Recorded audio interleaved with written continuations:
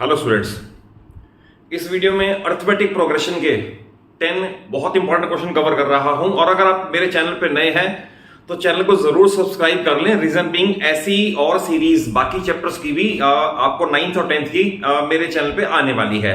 And other than that NCERT तो solve है ही, कुछ चैप्टर्स आ गए हैं एनसीईआरटी के और कुछ चैप्टर और with the passage of time और भी चैनल पे आ जाएंगे। तो देखिए, इन क्वेश्चन को डिफरेंट वैरायटी के क्वेश्चन लिए और इन क्वेश्चन को कॉन्सेप्ट वाइज समझ के चले एंड देन नोट्स प्रिपेयर कर लें। फर्स्ट क्वेश्चन है, if P Q R are in AP then find the value of this. मैंने सभी का आंसर भी लिख दिए हैं सो दैट को प्रॉब्लम ना हो। देखिए, अगर 3 टर्म्स इन एपी हैं तो कॉन्सेप्ट क्या है, they must have same common difference. तो इट मींस अगर पी क्यू आर एपी में है तो that is this minus this must be equal to this minus this. ये ध्यान रखना, common difference must be same. तो I can write q minus P must be equal to r minus q, और q को इधर ले आओ, 2q is equal to p plus r। तो आपको मैं शॉर्ट में ये बता दूं, जब भी 3 टर्म्स इन एपी हो तो आप याद रखें twice of the middle term should be equal to sum of extreme terms. इसका दोगुना इज इक्वल टू इन दोनों का सम। तो इस केस में we can write 2q is equal to p plus r। अब इसमें क्योंकि ये क्यूब का है तो we will have to fall back upon a formula used in class 9th। मैं उसको भी रिवाइज करवा देता हूं। पहले आप इसे देख लें, it can be written as p plus r minus 2q is equal to 0। अब आपको 9th का फार्मूला याद दिला दूं कि अगर if a plus b plus c is equal to 0 होता है तो देन उनके क्यूब्स का sum a cube plus b cube plus c cubes is always equal to 3abc। तो ये 9th का फार्मूला है। तो इस केस में भी ये a है, ये b है, ये c है, तीनों का सम 0 है। तो by using this identity we can say a cube plus b cube plus c cube must be equal to 3abc। तो a cube means p cube then plus r cube then plus minus 2q cube must be equal to 3 into p into r into minus 2q। तो therefore p cube plus r cube minus 8q cube must be equal to minus 6pqr and it is the answer. So you will get full marks if you explain it in this way. Next question है, for what value of k 3 terms are in AP। तो ये मैंने एक और question ले लिया इसी concept को यूज करते हुए कि twice of the middle term, ये मिडिल टर्म है, should be equal to sum of extreme terms. तो मैं डायरेक्टली यूज कर रहा हूं twice of the middle term यानी कि twice of 13 must be equal to sum of extreme terms, that is 2k plus 1 plus 5k minus 3, और 26 should be equal to 7k और इसका आएगा minus 2। तो therefore 7k 2 इधर लाओगे 28, 7 इधर आके डिवाइड करेगा तो therefore k is equal to 4। तो it is the answer of this question। Use कर रहे हैं क्या, common difference must be same, twice of the middle term should be equal to sum of extreme term, directly use कर सकते हो। Next question है, which term of AP is the first negative term. तो देखिए, इसके अंदर आप usually कई बार क्या करवाते हैं, ये कहते हैं कि let nth term is first negative term, तो उसे लेस देन 0 से करवाएंगे। तो लेस देन 0 वाले में एक गलती आप कर सकते हो जिसके अंदर मैं आपको बता दूं कि इक्वेलिटी में तो हम माइनस साइन दोनों तरफ से कैंसिल कर देते हैं, बट इनइक्वालिटी में अगर आ गया और आपने माइनस साइन कैंसिल किया तो you will have to change the sign of inequality also. यानी अगर ग्रेटर देन चल रहा था तो लेस देन करना पड़ेगा एंड वाइस वर्सा, और वहां मैक्सिमम स्टूडेंट गलती कर जाते हैं। तो इसका आसान मेथड क्या है, हम ये मान लेते हैं कि लेट nth टर्म इज 0। ये तो इजी है, अगर nth टर्म 0 है तो ऑब्वियस है उसके बाद जो भी इंटीजर आएगा वो हमारा आंसर बन जाएगा। लेट अस से अगर मान लो आंसर आया 21.4, तो 21.4 वैल्यू पे तो वो बनता है 0, इसका मतलब नेक्स्ट 22nd पे वो नेगेटिव बन ही जाएगा। तो ऐसे वाले केस में नेक्स्ट इंटीजर आंसर बन जाएगा। nth टर्म 0 और formula nth term is equal to a plus n minus 1 into d. अब nth टर्म इसके अंदर a 20 ये से 0 पुट कर दिया, a n minus 1 into D, इसमें से लेस करोगे 19 1/4 यानी 19.25, तो ये बनेगा माइनस 3/4। कैलकुलेट कर लेना, इसमें से लेस करके माइनस 3/4 आएगा। देन ये 20 इधर आके पहले माइनस 20 हो जाएगा is equal to n minus 1 as it is minus 3/4 as it is. फिर ये माइनस से माइनस कैंसिलेशन होगा, फिर ये 4 इधर आएगा 3 अपॉन में आएगा, 4 इधर आके 80 upon 3 is equal to n minus 1 और 1 इधर आके प्लस होगा तो n is equal to 80/3 plus 1/1 तो LCM 3 80 plus 3 is equal to 83/3। अब ये फ्रैक्शन में आ रहा है, ये 83 डिवाइड बाय 3 ये आ रहा है 27 पॉइंट समथिंग, तो 27 2/3 आ रहा है ये। बट इस पे जगह पे जाके क्या हुआ, ये 0 हो गया और पूछा है कौन सी term is the first negative term, तो डायरेक्टली लिख देंगे it implies that 28th term is first negative, यानी उसके बाद तो नेगेटिव शुरू हो ही जाएंगे सारी, तो 28th term is first negative term और ये हमारा आंसर इससे मैच कर गया।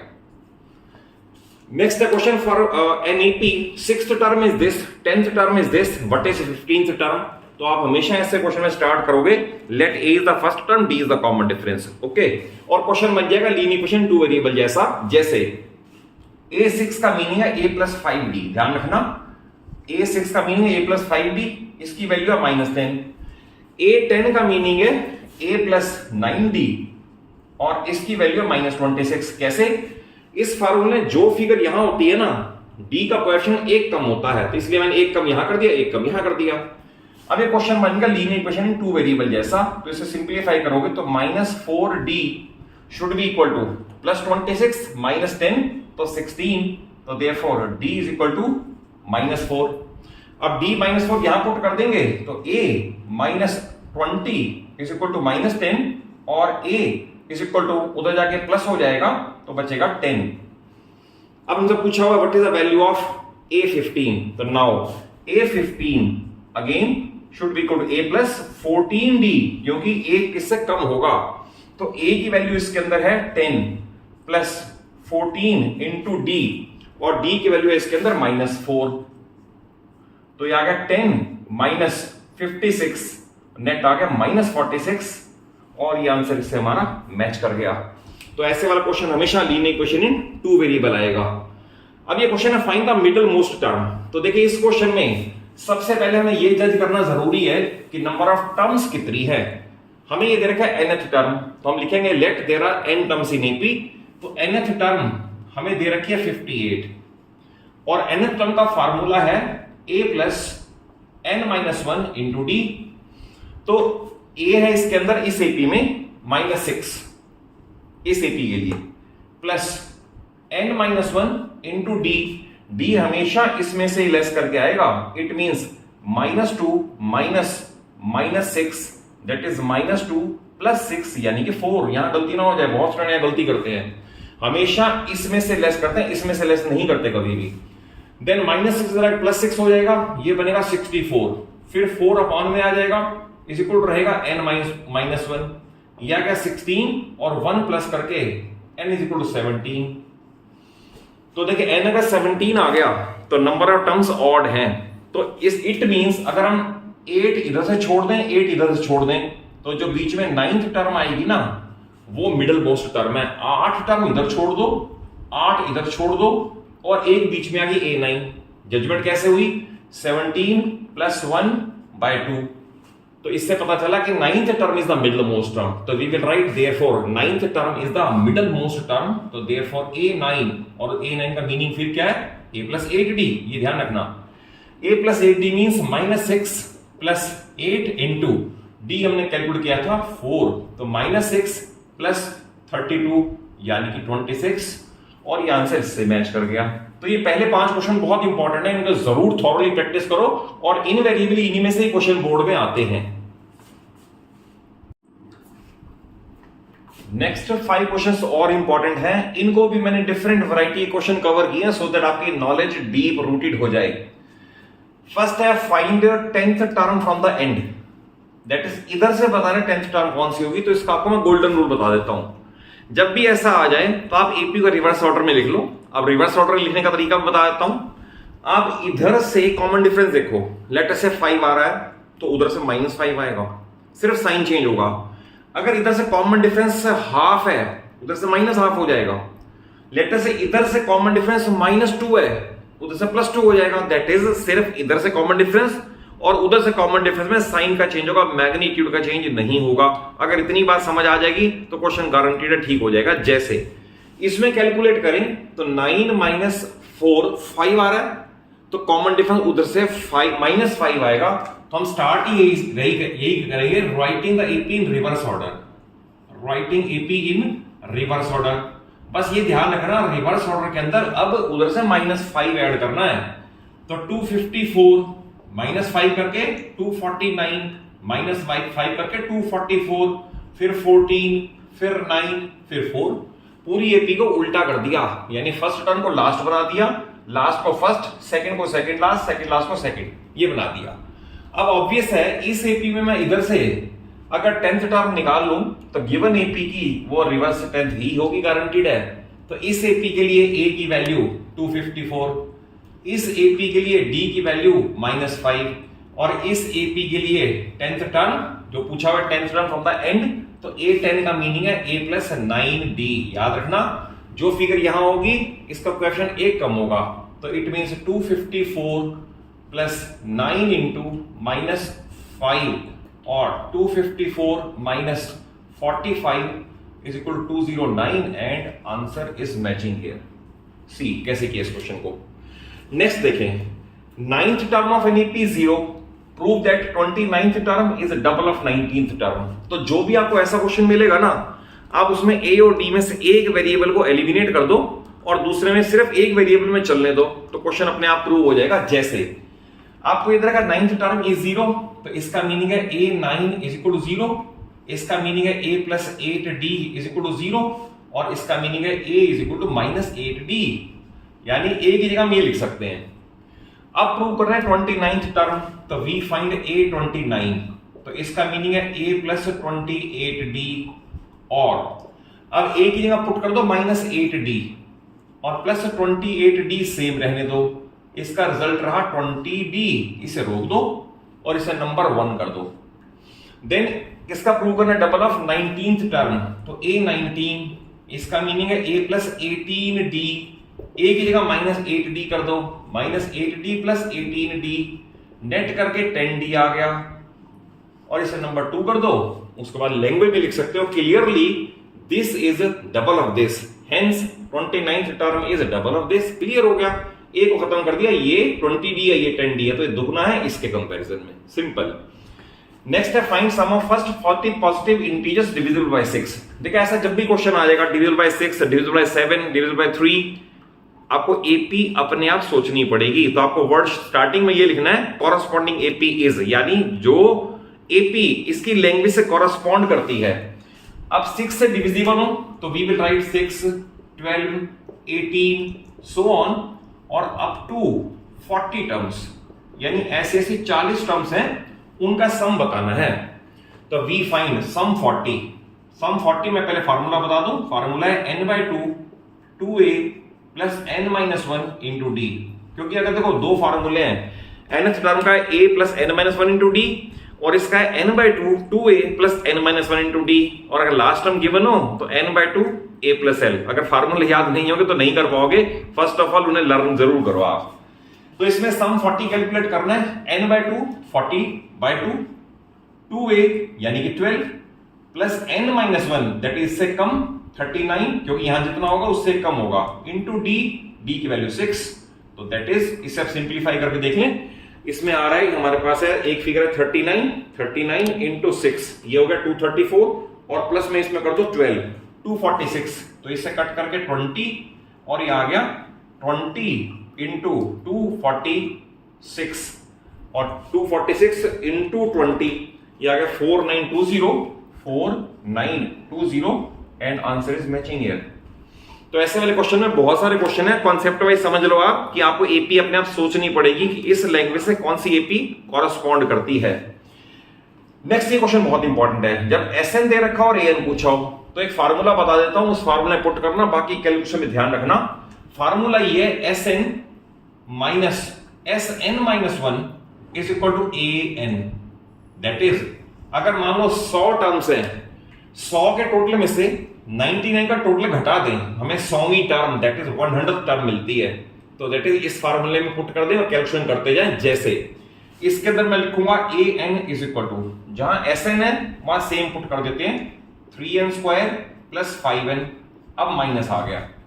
अब माइनस में ध्यान ये रखना है जहां n है वहां n-1 होगा, ना तो कोएफिशिएंट बदलने हैं, ना साइन बदलने हैं, ना स्क्वायर बदलना है, कुछ नहीं चेंज करना। तो आई विल राइट 3 इंटू सिर्फ n की जगह n-1 square as it is plus 5 into n की जगह n-1। तो बी केयरफुल अबाउट इट, कुछ नहीं बदलना, सिर्फ n की जगह n-1। देन इसकी कैलकुलेशन कर देते हैं, यह आएगा 3n square plus 5n minus अभी यहीं रहेगा, 3 अभी यहीं रहेगा, पहले इसका स्क्वायर ओपन होगा, n square plus 1 minus 2n और ये होगा प्लस 5n माइनस 5, ठीक है, इज इक्वल टू ये आएगा 3n square plus 5n minus, अब ये 3 मल्टीप्लाई होगा, 3 मल्टीप्लाई यहां तक होगा, ये यहां तक, क्योंकि इसका है ये बनेगा 3n square plus 3 minus 6n plus 5n minus 5 और इसे फर्दर सिंप्लीफाई करोगे तो अब ये बनेगा, इनमें लाइक टर्म्स और कंबाइन कर लो तो इस तरह से बनेगा 3n square plus 5n minus, अभी भी लाइक टर्म्स कंबाइन कर लो और टाइम सेव हो जाएगा, गलती नहीं होगी। 3n स्क्वायर अकेली टर्म है तो आप इसे लिखो 3n स्क्वायर, देन है माइनस का 6n प्लस का 5n तो माइनस का n, ओनली माइनस का n, माइनस का 5 प्लस का 3 तो माइनस का 2 और अब माइनस साइन एडजस्ट करो, गलती हो ही नहीं सकती, तो इसे मैं लिखूंगा इस तरह से 3n square plus 5n minus 3n square plus n plus 2। Reason being 3, ये माइनस साइन से ये प्लस होगा, ये भी प्लस होगा, तो 3n स्क्वायर वाली टर्म तो कैंसिल होनी ही चाहिए, 5n प्लस 1 n 6n और प्लस 2, तो आंसर इज 6n प्लस 2 और ये आंसर यहां पर इससे मैच कर गया। तो याद रखना एक ही फार्मूला है, an is equal to sn minus 1 और जब sn माइनस 1 रखोगे ना उसमें सिर्फ एक चीज ध्यान रखनी है कि n की जगह n माइनस 1, ना तो उसके अंदर कोएफिशिएंट टच करने हैं और ना स्क्वायर टच करना है, ना साइन चेंज करने हैं। ओके, अब ये क्वेश्चन बहुत इंपॉर्टेंट है, find x 1 plus 6 plus 11 plus x। इसमें ऐसे क्वेश्चन में ध्यान रखना जो x दे रखा है ना ये nth टर्म है, बट प्लस प्लस प्लस का मीनिंग सामने दे रखा है, सम की वैल्यू पता है तो पहले सम का फार्मूला लगेगा, हम इसके अंदर लिखेंगे sum 148 is equal to sum of n terms, हमने मान लिया let there are n terms, लिखना भी पड़ेगा let there are n terms, sum is equal to n by 2, पहले फार्मूला लिख दें 2a plus n minus 1 into d और 148 इंटू 2 ये हो जाएगा, n यहीं रहेगा, 2a इसका मीनिंग है इस AP के लिए 2 plus n minus 1 into D, इसमें से लेस करके 5 लाइक दिस, और ये बनेगा 296 is equal to n into ये बनेगा 2 प्लस 5n माइनस 5 और n इंटू 5n माइनस 3 और 5n square minus 3n is equal to 296। अब ये बन जाएगी क्वाड्रेटिक, तो क्वाड्रेटिक को सॉल्व कर लोगे तो यहां n की वैल्यू आ जाएगी, इस केस में n की वैल्यू आएगी 8, आप उसको कर लेना, n की वैल्यू 8 आई, इसका मतलब x जो है 8th टर्म है। अब ध्यान रखना n पहले निकालना है सम के फार्मूले से, तो हम ये कहेंगे ये nth टर्म है यानी 8th टर्म है, तो therefore x is equal to 8th term is equal to a plus 7d और इसका मीनिंग है a means 1 plus 7 into d का मीनिंग है 5 और इसका टोटल आ गया 36, तो ये हमारा आंसर इससे मैच कर गया। तो डिफरेंट वैरायटी ऑफ क्वेश्चंस हैं और आई हैव ट्राइड कि आपको कॉन्सेप्ट वाइज समझ आए, और वीडियो अगर अच्छी लगे, कॉन्सेप्ट वाइज क्वेश्चन समझ आए हों तो जरूर वीडियो को अच्छा सा लाइक दो, तो अपनी सभी फ्रेंड्स को, सभी क्लासमेट्स को शेयर करो, और इस सीरीज में और अभी क्वेश्चंस और आते रहेंगे, और चैनल सलूजा क्लासेस को जरूर सब्सक्राइब कर लो क्योंकि आपको रिच एक्सपीरियंस है हर टॉपिक फिजिक्स, केमिस्ट्री और मैथ्स का कॉन्सेप्ट वाइज मैं अपने चैनल पे लगातार देता रहूंगा। Thank you for watching the video.